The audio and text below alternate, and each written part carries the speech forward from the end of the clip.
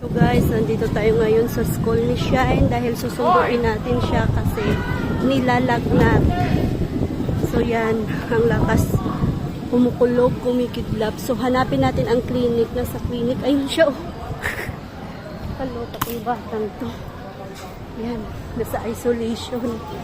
Kaloka. Nandito ako sa school niya.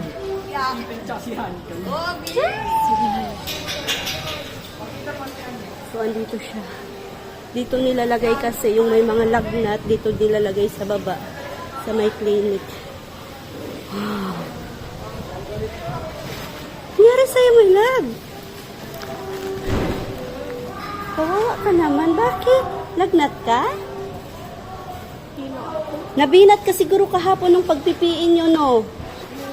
Nabinat ka. Nabinat ka kasi sige ka mang talon-talon ng mataas.